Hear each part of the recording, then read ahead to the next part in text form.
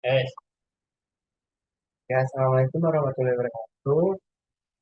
Kan kami dari kelompok pendidikan KKI yang beranggotakan saya dari kawan dengan NPM 002525. dan saya Muhammad Biasa dengan IP 5025. Nah, pada kesempatan kali ini kami akan final project kami yang berjudul. Versi pembuatan ujian kan kode Igniter dan sebagai contoh. Nah, untuk paper referensi yang kami temukan di source internet, kami menemukan source yang berkesinambungan dengan final project kami, yaitu mengenai aplikasi for making a learning disease based on general report format template yang diproduksi atau diciptakan oleh Universitas Samratulangi Manado. Pada paper ini secara garis besarnya itu membuat sebuah aplikasi e-learning yang menggunakan template dari kode Igniter 3 dengan model MVG atau dengan model MVG, model view controller. Berikut untuk template-nya yaitu menggunakan kode Igniter. Nah, lebih jelasnya, saya akan jelaskan lebih detailnya melalui blog yang kami udah buat. Nah, pada blog yang kami buat, ya, kami membuat sebuah deskripsi secara detail tentang final project kami. Yang pertama adalah deskripsi tentang studi kasus aplikasi yang ditinjau dari MVG atau model view dan controllernya.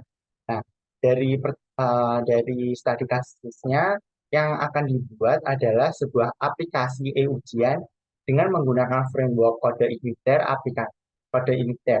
Nah, aplikasi ini bertujuan untuk pembuatan ujian yang dilakukan oleh dosen dan dapat diakses oleh mahasiswa yang termasuk ke dalam kelas dari dosen tersebut. Dengan pembuatan pemanfaatan framework, admin LTE, template, dan pustaka lainnya agar memiliki fitur dan fungsi yang mudah digunakan.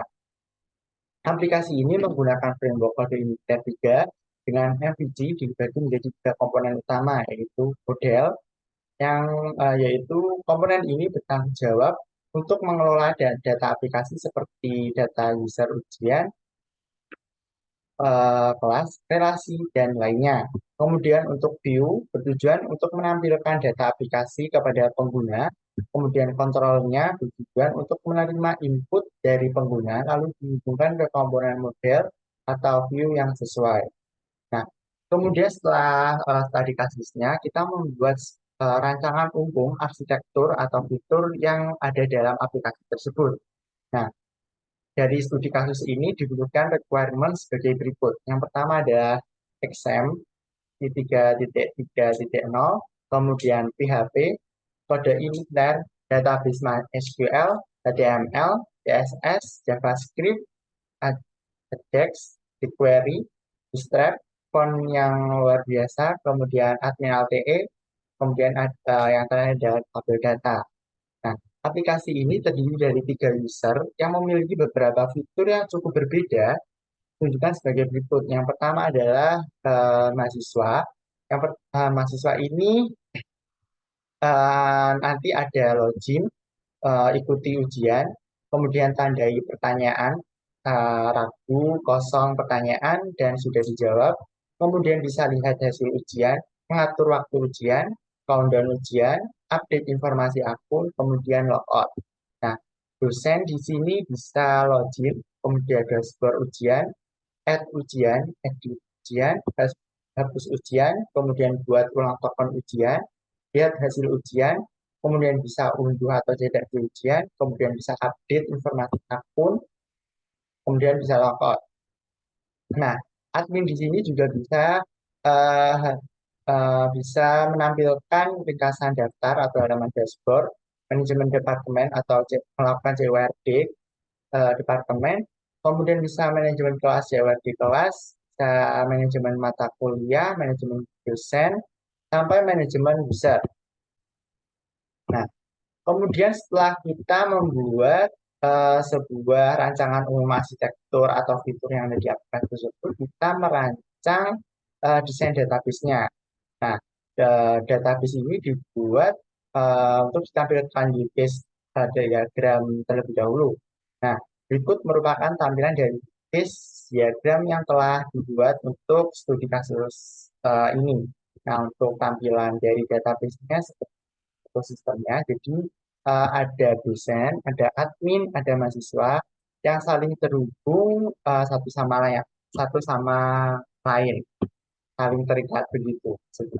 Nah, kemudian untuk tampilan dari desain dari database JDM dan PDM-nya sebagai berikut yang sudah kami buat untuk desainnya JDM dan PDM dari database-nya.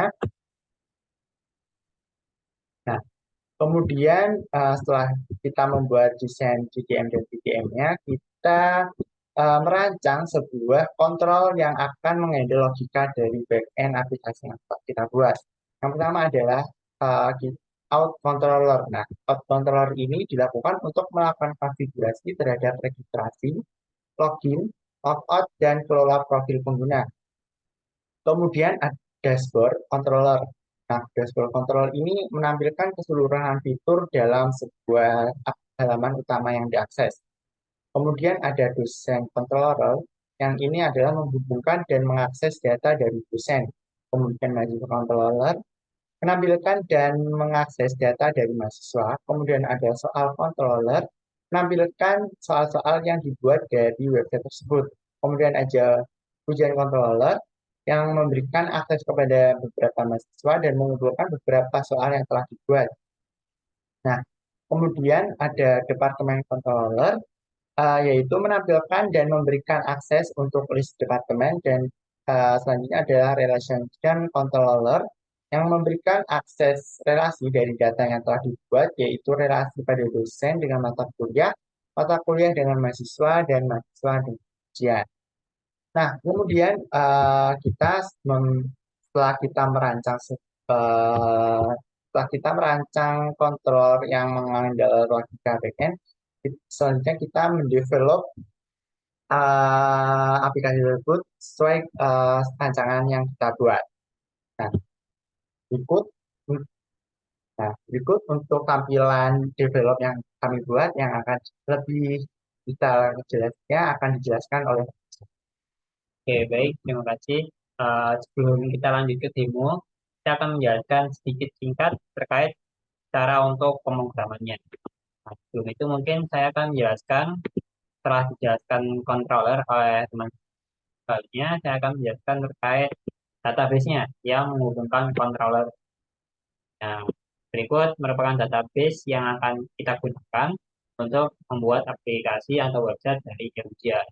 Sebagai penjelasan sebelumnya, itu terdiri dari dosen, kemudian ada ujian, kemudian website jurusan.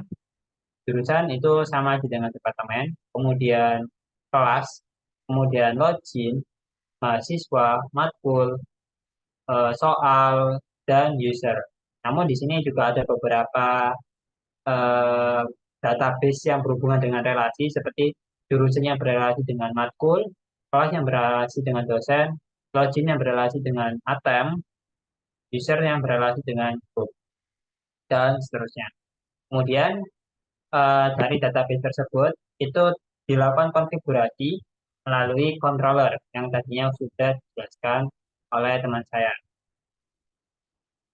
Pada controller dapat dilihat yang pada dijelaskan sebelumnya itu menghubungkan dari backend yang sudah dibuat. Itu merupakan beberapa tampilan controller yang kita gunakan. Kita juga menggunakan pada kali ini kita menggunakan kode ignitor 3 karena dirasa dari kami lebih paham, kami paham kode ignitor 3 dan mudah untuk digunakan. Kemudian lanjut ke dashboardnya, di mana dashboardnya itu lanjut ke tampilan dari websitenya. Kita buka ke view. Tingkatnya yang pertama saya membuat dashboard yang bisa diakses oleh semua orang. Itu ada footer, header, site, top, dan top juga ada beberapa detailnya. Kemudian di dashboard juga foto autentifikasi terkait template dari penggunaan. Kemudian autentifikasi ini terdiri dari login. Jadi nanti awal-awal yang tadi dijelaskan itu ada for login itu di folder autentifikasi, lepas password dan juga reset autentifikasi pada umumnya. Kemudian ada master. Nah, master ini nanti akan dijelaskan terkait, tapi pada basically dasarnya master itu akan menyimpan beberapa data yang nanti kita simpan. Yang pertama ada data dosen, jurusan atau departemen, kelas, mahasiswa, dan juga matkul. Kemudian eh, dilakukan juga beberapa relasi seperti jurusan dengan mata kuliah, kemudian kelas, dan lain-lain. Dan di sini perlu diingat juga kita memberikan beberapa akses seperti menambah, terus update, insert, dan juga edit, dan juga delete atau KRUD di beberapa tugas kami. Dan berikut ada tampilan soal yang nanti akan dilakukan CRUD, kemudian ujian. Nah, untuk ujian ini cukup kompleks karena ini merupakan salah satu bagian dari target yang kami buat. Lalu user ini melakukan konfigurasi terhadap API dan juga dashboard. Dan mungkin itu aja terkait kode yang saya jelaskan. Terus selanjutnya kita akan beralih ke demo dari penggunaan website kami yang akan dijelaskan oleh teman saya. Baik, di sini saya akan melanjutkan demo untuk penjelasan dari aplikasi yang sudah kita buat mengenai online exam for project migration. Nah, di sini saya akan melakukan demo. Saya akan masuk sebagai dosen terlebih dahulu untuk mengetes apakah aplikasi kami sudah berjalan dengan baik atau belum. Nah, ketika dosen sudah menerima email dan juga passwordnya, kemudian dosen akan melakukan sebuah login, perintah login untuk masuk ke dalam platform yang sudah buat. Nah, caranya kita masuk aja menggunakan email yang sudah diberikan untuk dosennya, nah, yaitu admin.com dan passwordnya kosong.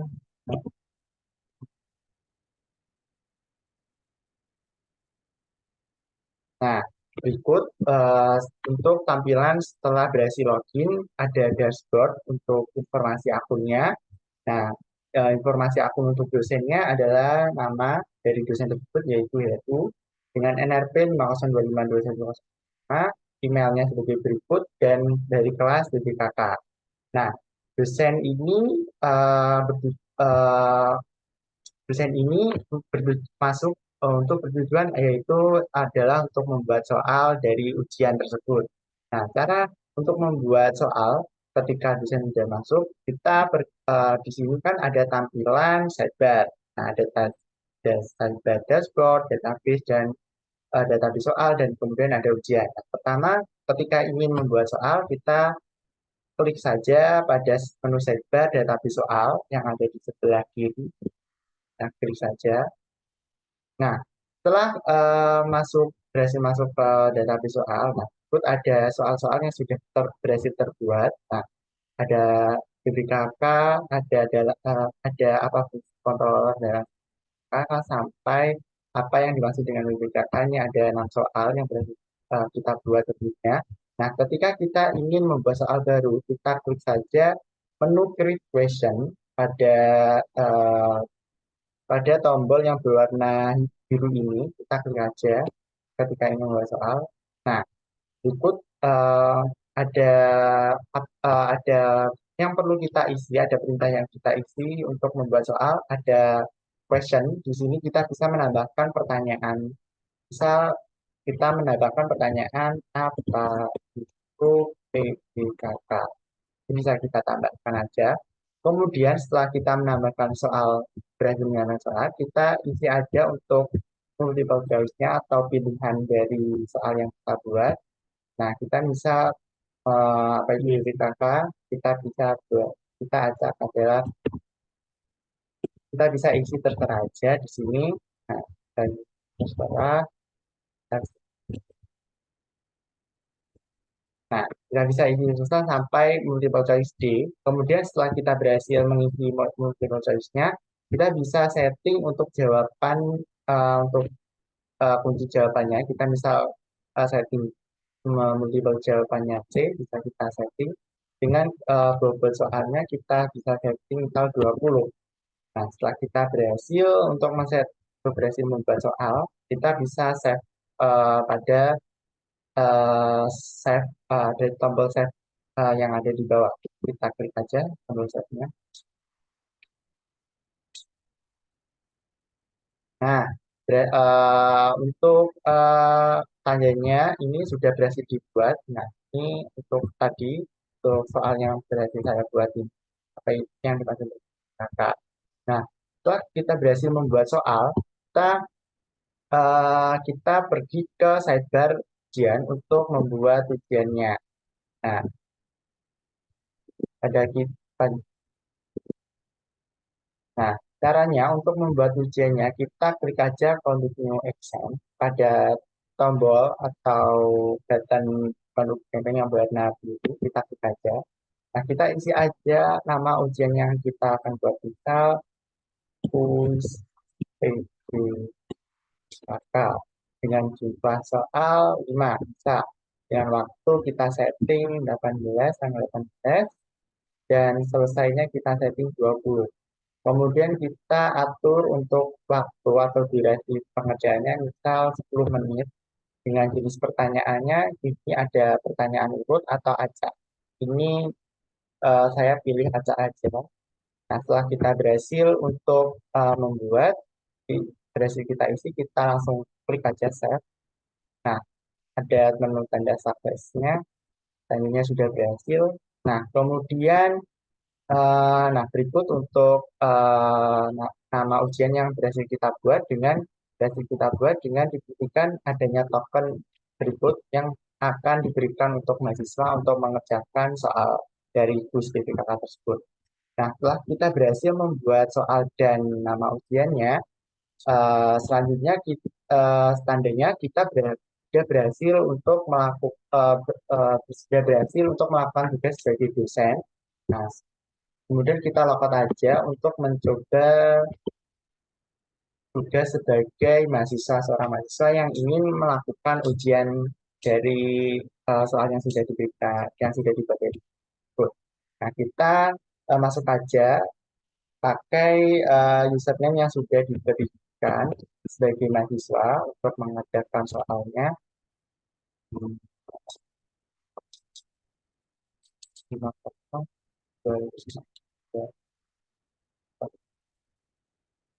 kita masuk sebagai mahasiswa. Nah, berikut untuk tampilan dashboard dari mahasiswa, ada NRP, nama dari mahasiswa tersebut, jenis kelamin, email, departemen, dan kelas. Nah, ketika mahasiswa sudah berhasil masuk dengan diikuti dari kelas tersebut dan hendak ingin mengerjakan ulangan atau ujian, kita langsung aja pergi ke sidebar, menu sidebar yang ada di sebelah kanan kiri dengan klik menu sidebar ujian.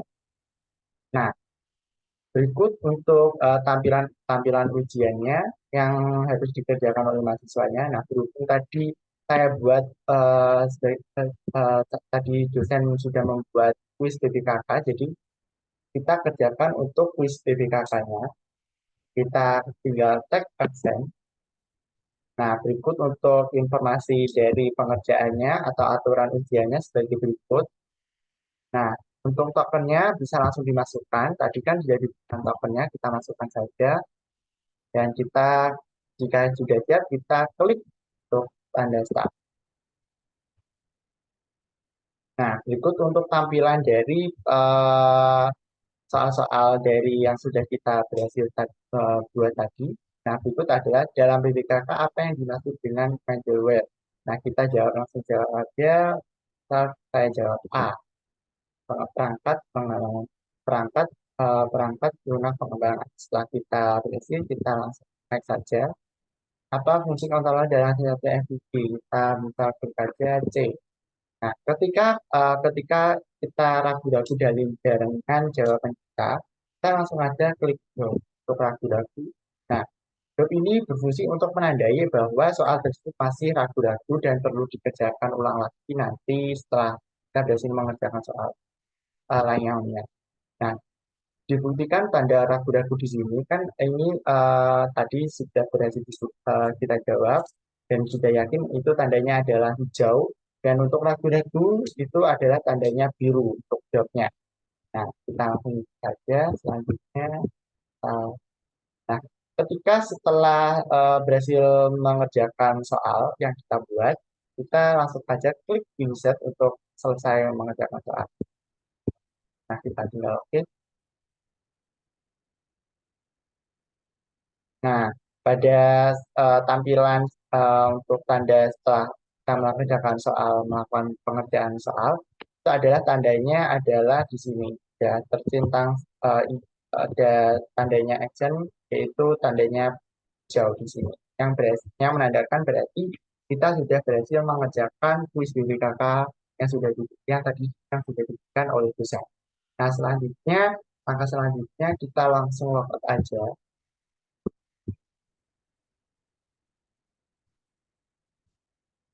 klik logout. Nah, kemudian langkah selanjutnya akan dijelaskan oleh rekan saya.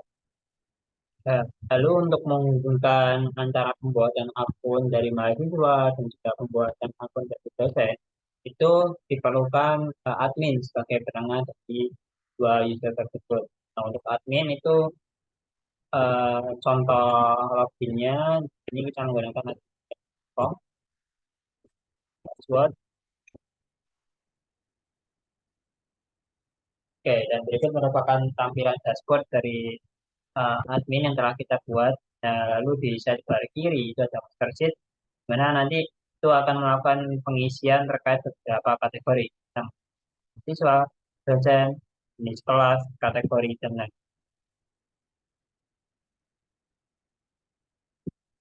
Oke, yang pertama mungkin kita isi terkait departemen terus. Ini saya sudah menambahkan matematika, di mungkin saya menambahkan lagi teknik sistem informasi. Save. Kemudian jika udah, lanjut ke jenis kelas. Nah, kelas ini merupakan kelas yang ada di dalam departemen nanti yang akan kita hubungkan. Misal di sini kelasnya kelas F302 dan shift. Nah, lalu untuk eh, departemen dan juga jenis kelasnya itu kita hubungkan ke kategori.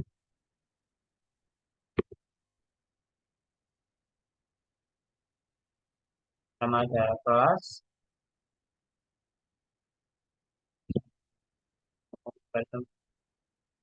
sistem informasi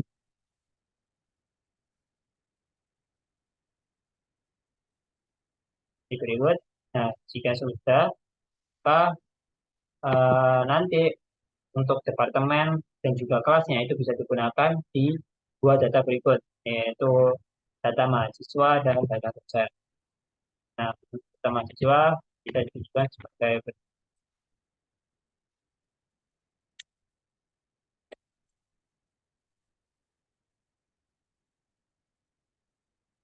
nah, di sini sistem informasi dapat diakses dan juga kelasnya juga sudah dapat digunakan.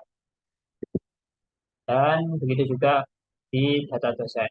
Nah, lalu di data mahasiswa dan juga data dosen itu terdapat action dari admin, yaitu jika action ini kita klik, maka eh, mereka itu dapat membuat atau login ke akunnya dengan username-nya itu sebagai email dan juga password-nya sebagai NIP, ya, NRP sebagai password. Namun di sini mungkin saya tidak menjelaskan tersebut karena sebelumnya sudah dijelaskan. Dan tidak lupa juga kita hubungkan relasi untuk membuat ujian tersebut dapat berjalan. Yaitu relasi yang dapat kita buat yaitu dari lecture, dari dosennya, kemudian dari kelas yang diajarkan. kemudian dihubungkan dan di-save.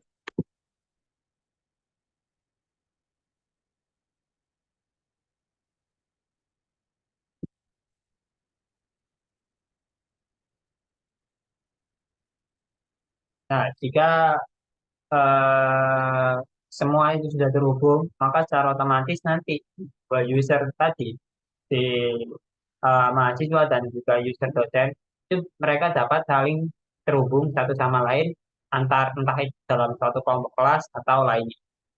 Dan jika sudah nanti antara dua user itu antara uh, user dosen dan juga user mahasiswa, mereka dapat membuat ujian yang saling dapat diakses satu sama lain. Nah, lalu dari user tersebut itu dapat dibuat, kita dapat melihat juga beberapa hasil seperti data soal yang telah dibuat oleh dosen dan juga hasil ujian yang telah dibuat oleh. Dan mungkin itu aja terkait penjelasan atau demo dari kelompok kami. Sebelumnya kami mohon maaf apabila kami ada salah kata. Sekian, terima kasih.